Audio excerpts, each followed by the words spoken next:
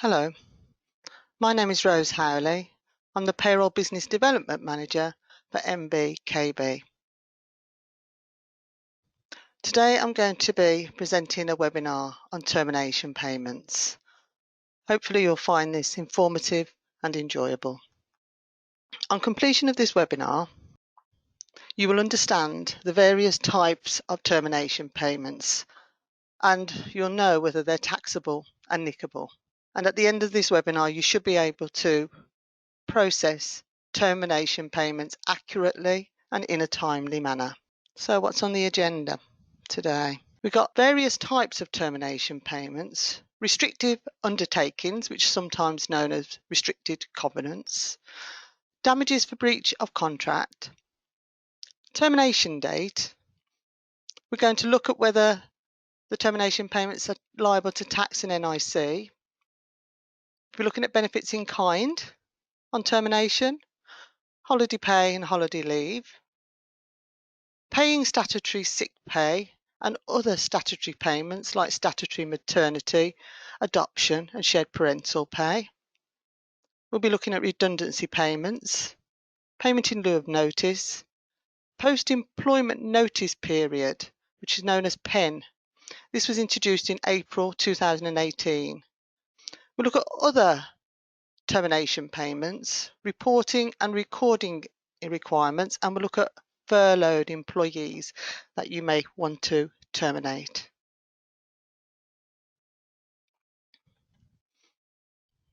Okay, the following types of termination. So we've got the employee resigns. This is when an employee gives you notice of her resignation or of their resignation. It may be that they want to retire or they're taking up employment elsewhere. End of fixed term contracts. An employee may be on a fixed term contract to cover maternity leave that's now come to an end. Or they could be appointed to achieve a project which is now completed. Dismissal. This can be for gross misconduct, where dismissal can be with immediate effect.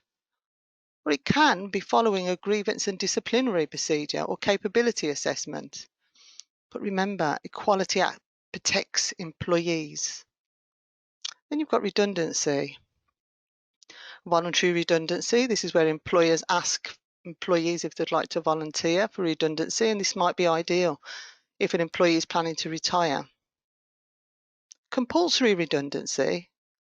This is when the employer gives the employees notice and there is no choice in the matter. Furloughed employees that you may consider to terminate their contract.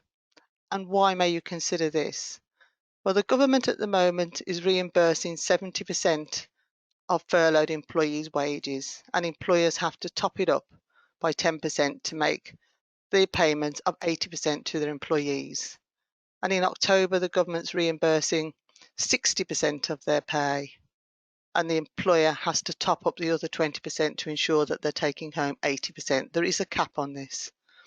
Now, if there's no work for these employees at the end of this furloughed period, employers may consider terminating their contract.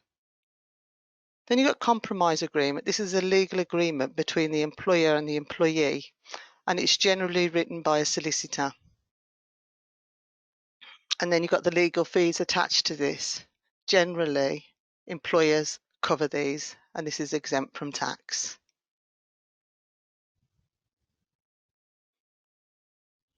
Restrictive undertakings. Most of the time, this is written into their terms and conditions in their contract. So once an employee's contract has ended, they should not work for a competitor if that's a clause that's in their contract. They shouldn't be poaching any staff or poaching any clients. Employers do find this hard and difficult to manage, but employees do need to be careful if these clauses are in their contract. On termination, the employer is responsible for giving the employee the appropriate notice. The statutory notice is basically 1 week if an employee has been employed for 1 month or more, but less than 2 years. It's going to be a week for every year's service if they've been employed for more than 2 years, up to a maximum of 12 weeks. But remember, it's statutory versus contractual, whichever is the longer. Now, on termination, an employer may consider withholding some of the employee's final salary. And they can do this as long as they have written authority or that there's a clause in the contract. Withholding a P45 form, a leavers statement. Employers have no right to withhold this document. Once the final payment has been processed, the P45 should be processed and given to the ex-employee. Damages for loss of company property. Agreed damages for loss of company property. An employee must have signed an agreement, whether this is in their contract or an additional written authority. Then the employer can deduct a realistic amount for the cost of damages to the employer's property. If in the contract of employment there's a clause basically allowing employers to deduct any education fees, overtaken holiday, relocation costs, season ticket loans, which is generally train tickets, or other loans, then the employer has a right to make this deduction. Quite often with education fees, if an employee is taking a qualification, normally there's a clause that if they leave before they end this qualification, they have to reimburse their employer. And sometimes there's a time frame clause that if they leave within a certain time after they've completed this qualification, they may have to reimburse their employer a proportion of the fees. All depends on what's in the contract. Date of termination. The effective date. It's usually the last day on which the employee works under the contract of employment. This could be the last day of the notice period or earlier, such as where the employee and the employer agree to end the employment sooner and make a payment in lieu of notice. However, it is possible for the effective date of termination to be later than the date of the employee's last day of work. This is where the employer gives less than the legal minimum notice, in which case the extra notice which should have been given is added on, and the end of that notice will be the last day of work, the effective date. So what contractual entitlements are they eligible to? Generally, employees are entitled to their normal pay and benefits during the notice period, provided that they are ready and willing to work their notice and not receive a payment in lieu. Unless there is a specific clause in the contract that restricts payment, bonuses and other additional payments. This will depend on whether the employee has a contractual right to them. Employees on garden leave. Generally, the employee is tied into the terms and conditions of their contract, but the employer no longer wants them to work for them, but they will not allow the employee to work elsewhere. So they're getting paid through the payroll, and all their payments are liable to tax and NIC. What do we need to look out for on the termination date? We need to look for the last day of service, which is generally the end of the notice. We need to identify what benefits are due, when will these cease, and if there is a need to include a cash benefit in the payment in lieu.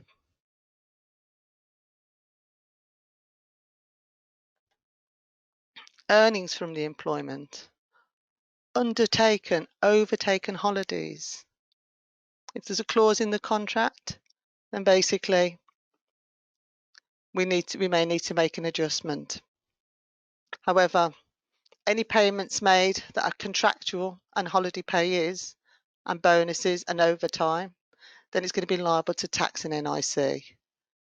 If an overtime payment has to be made as a payment after leaving, which is fine, we're going to be putting them on 0T code to process this, and we'll be processing a full payment submission to inform HMRC of the additional payment.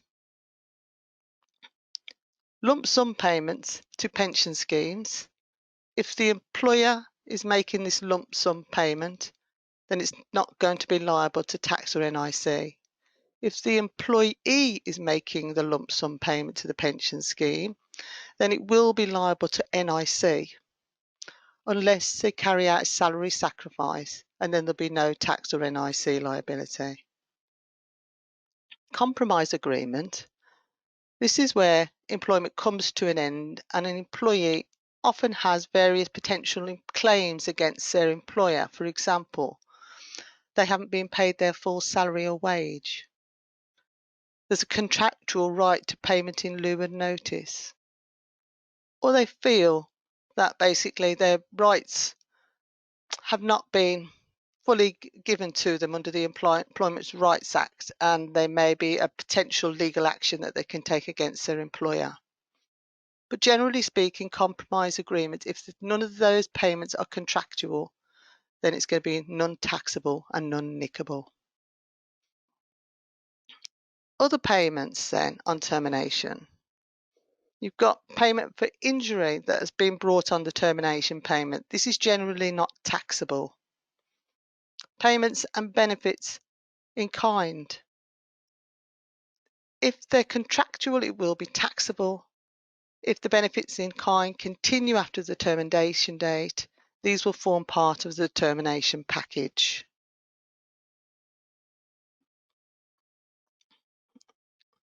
Once we established the exact date of leaving, we now have to look at the benefits in kind that the employee is entitled to. If the benefits in kind are still being utilised by the employee after the termination, then we have to apportion the actual benefit in kind itself. So, for example, if my contract was to terminate at the end of December and I was able to retain my benefits in kind until the end of March, you'd have to calculate the value of that benefit in kind to the exact date of leaving to the end of December, and this would have to be reported on the P11D form. The value of the benefit in kind that I'm still utilising in January, February and March, that would have to form part of my termination package. Non-cash benefits such as company cars, accommodation, you have to calculate the value of these, and again, this will be part of my termination package. If I'm legally entitled to these, then you must ensure that you process these accordingly to avoid any legal action being taken against you. Holiday pay and leave. Calculating an amount that an employee has to be paid on termination. You have to look at a 12-week period and look at all the pay that I've received in that 12 months, including overtime, bonuses and commission. And then you need to work out my average pay, and that's going to be my holiday pay entitlement. We'll look at furloughed employees later. The recovery of overtaken holidays. As long as the clause is in my contract, you have the right to make this deduction from my final pay, but you will have to check to see how much I was actually paid for the holiday pay that I've overtaken. Waiver of accrued leave. Employers cannot ask an employee to waiver any holiday leave that they've accrued, and the employee cannot ask to waiver it. Any holiday pay accrued must be paid in full on termination. Notice to take holiday leave. An employee and an employer can request leave during the notice period. However, they must give twice the notice of the actual leave. So, for example, If an employee wants to take 2 weeks leave, they should give their employer 4 weeks notice. And this is vice versa. If the employer wants the employee to take 2 weeks leave, they should be giving the employee 4 weeks notice.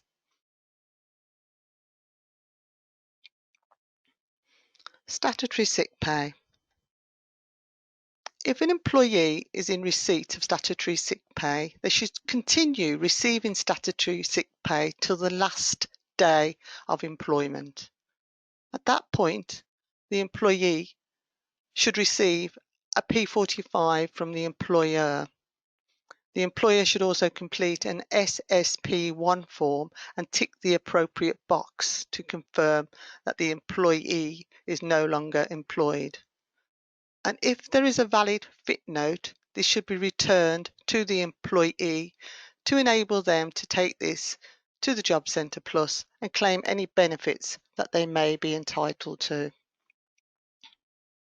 Other statutory payments like statutory maternity, adoption, shared parental leave, etc.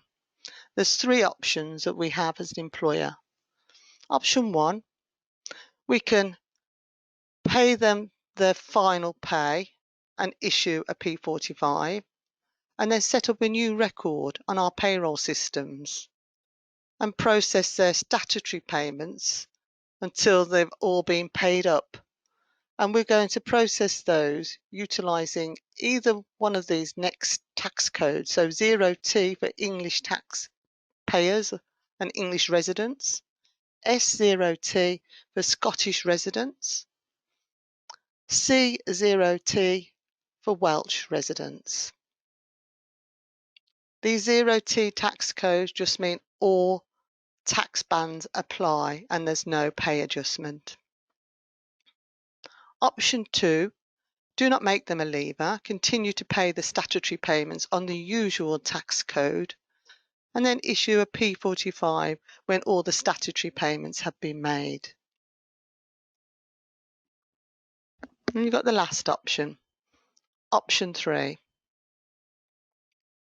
Here you work out how much the total amount of statutory payments the employee is entitled to, and you make a lump sum payment to the employee on termination. If you choose this option, you have to agree this with the employee because there may well be a negative tax implication and student loan. Do not advance the tax periods forward. You're going to be processing them all in the period of the termination date and then issue a P45.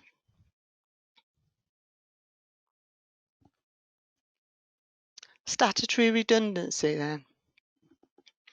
Statutory redundancy basically means that there is no need for the employee in the business. To be considered for statutory redundancy payment, an employee must have completed at least 2 years' service. An employee may well not be entitled to a payment if he or she is offered an alternative job with the same employer. However, if the job is not comparable, the employee can trial the alternative job for a period of 4 weeks. And if they do not like the position, they can still opt for redundancy and this will not impact their redundancy payment.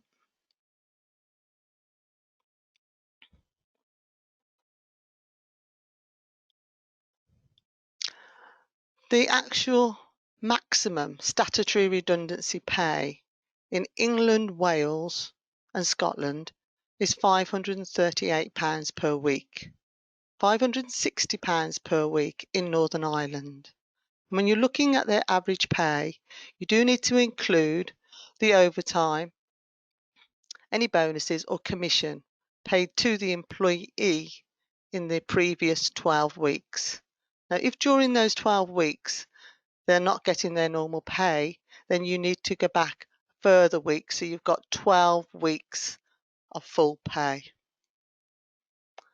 Furlough employees who did not receive their full pay in the 12-week period, when we're looking at their average, you need to not take the 80%, the reduced pay, but you need to take their full normal pay into the equation. Employers can pay higher amounts as contractual statutory redundancy pay. So, for example, if I was 50 years of age and I had 10 years service, you'd be saying, right, when I was 40, I'll accrue 1 week. And now that I've reached 41 to the age of 50, that's another 9 weeks. I'm going to accrue 1.5 times 9, 1.5 weeks. That would come to 13.5. When you add those two together, the total is going to be 14.5 statutory redundancy pay weeks that I'll be entitled to. So the maximum I could get would be 14.5 times £538, which would be 7,801. That's assuming my average pay exceeded the statutory maximum of 538.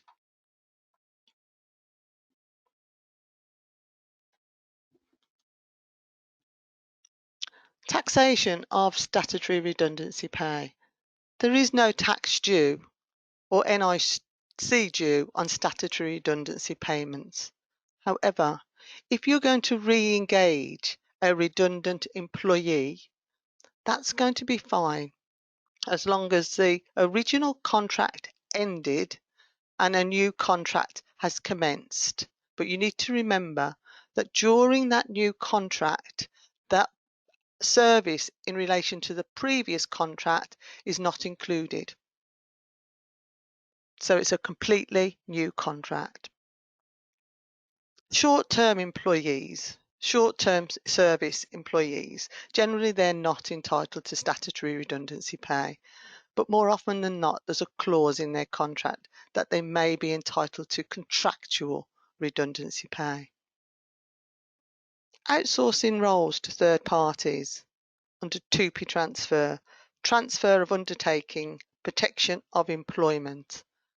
So this is where one company has taken over another company and the employees have transferred under the 2P arrangement.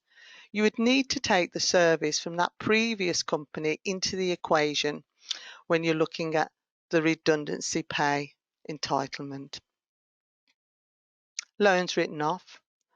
If a termination package and a loan written off is less than 30,000, there's no tax implication.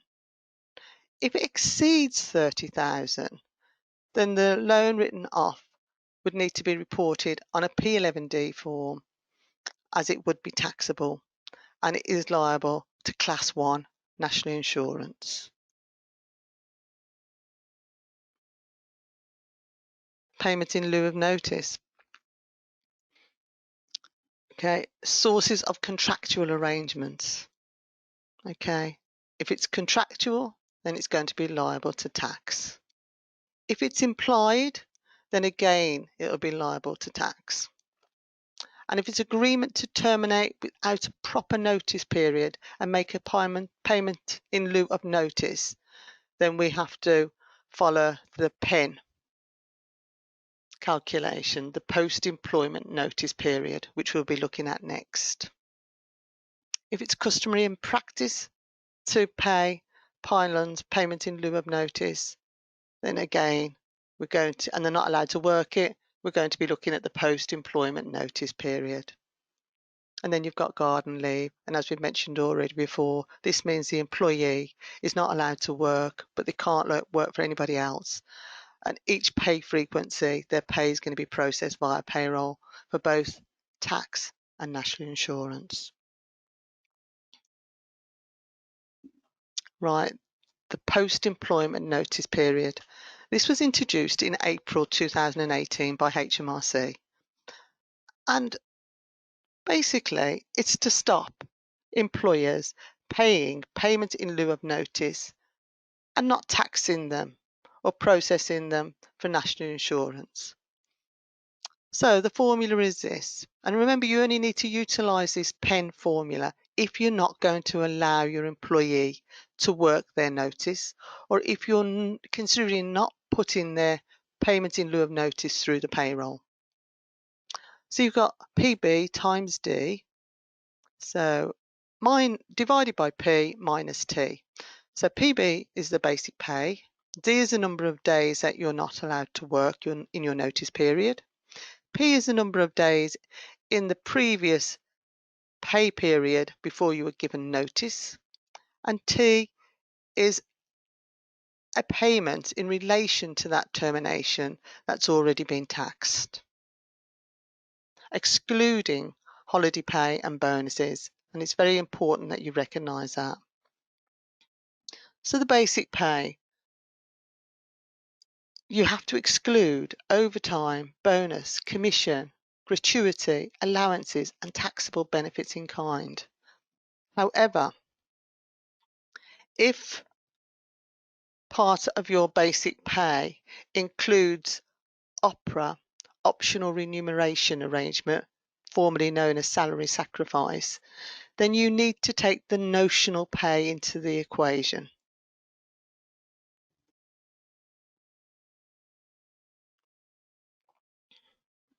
So just going over that letters again.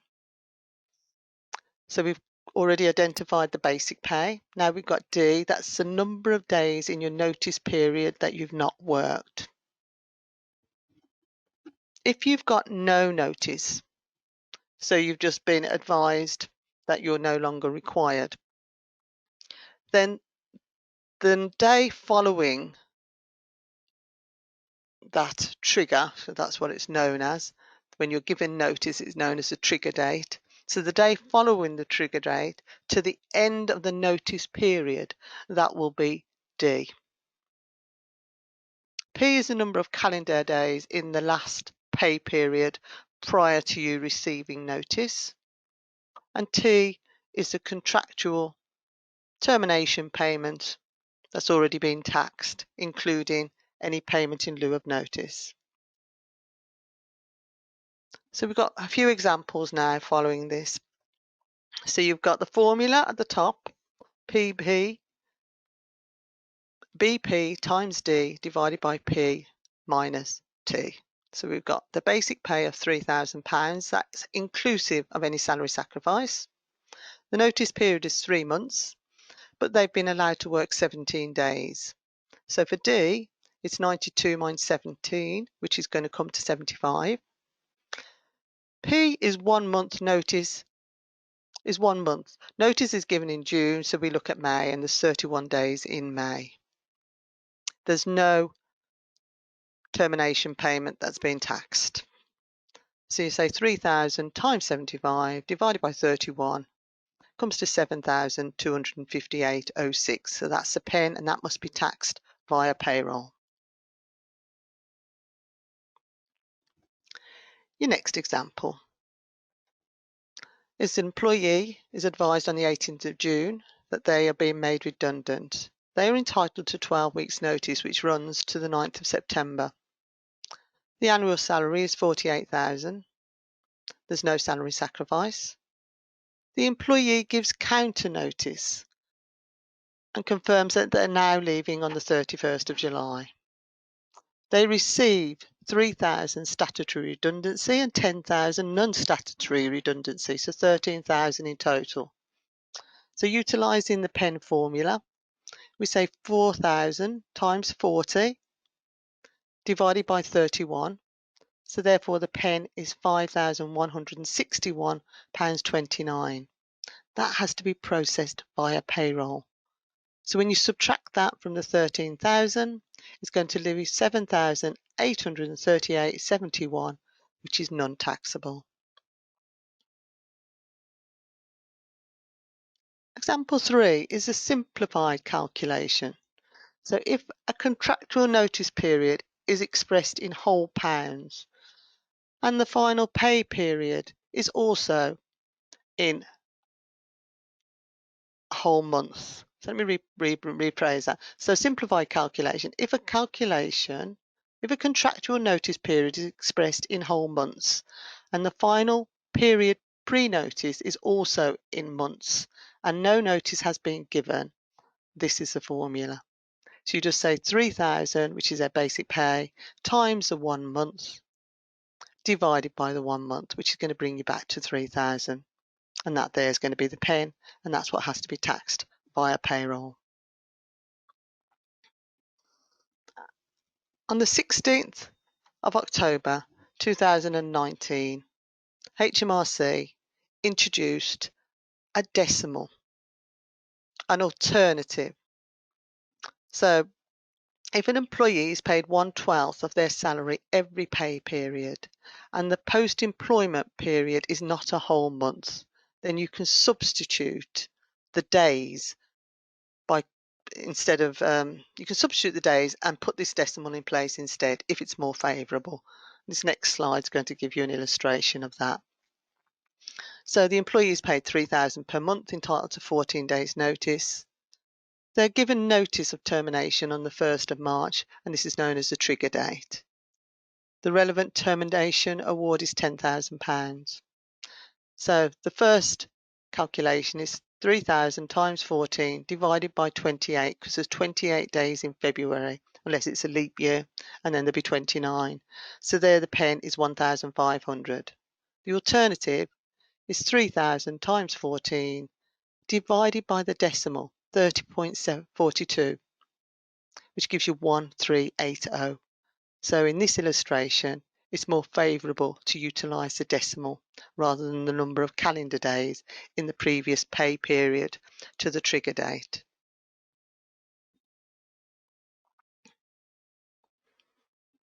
Some exceptions that are out there. So if an employer is paying an employee a lump sum on termination because of an injury or a disability, and this includes physical or psychological, then generally speaking, this is not going to be liable to tax. If it's just a standard termination payment, you're going to be looking at 30,000 non-taxable. Anything that exceeds 30,000 from April 2020 is going to be liable to both tax and employers' national insurance. If there's more than one payment, you should be aggregating the payments and including the value of the benefits in kind when we're measuring the 30,000 threshold. Outplacement and counselling, which will cover welfare issues, ill health or stress, problems at work, it could be sexual abuse, personal arrangements. These are tax-free and can be provided by your employer. Any legal costs that an employee may incur on termination, the employer can cover these. Again, these are going to be tax-free.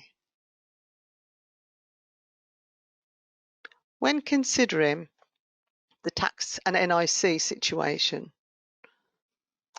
when you're processing the final payment due to the employee, as far as pay as you earn is concerned, you're just going to utilise the normal standard tax code. And if you can pay them on the last pay period when the termination is taking place, great. However, if it's going to be a payment after leaving, as previously mentioned on another slide, you use 0T and you'd have to complete a full payment submission. Any excess of the 30,000 termination payments, these will be processed for pay as you earn through payroll. As far as NIC is concerned, if you're processing them on the final pay day, when the termination is taking place, you're just going to use the standard category and the pay frequency as when they were employee. If there's more than one payment, you aggregate the payments. If the employee has died when you're making the final payment to them, there is no NIC liability. And as mentioned before, if the payment exceeds 30k, is a liability to an employer's NIC. at 13.8%. Furloughed employees. When you're looking at terminating the contract for any employees that have been furloughed, you have to calculate their average pay utilising their full normal pay. So if they're on 80% and you're paying them £2,000, you'd need to top that up on the equation by adding on the 500 that they're not in receipt of. And you'd be working out their pay and you'd be calculating the tax and the NIC through payroll.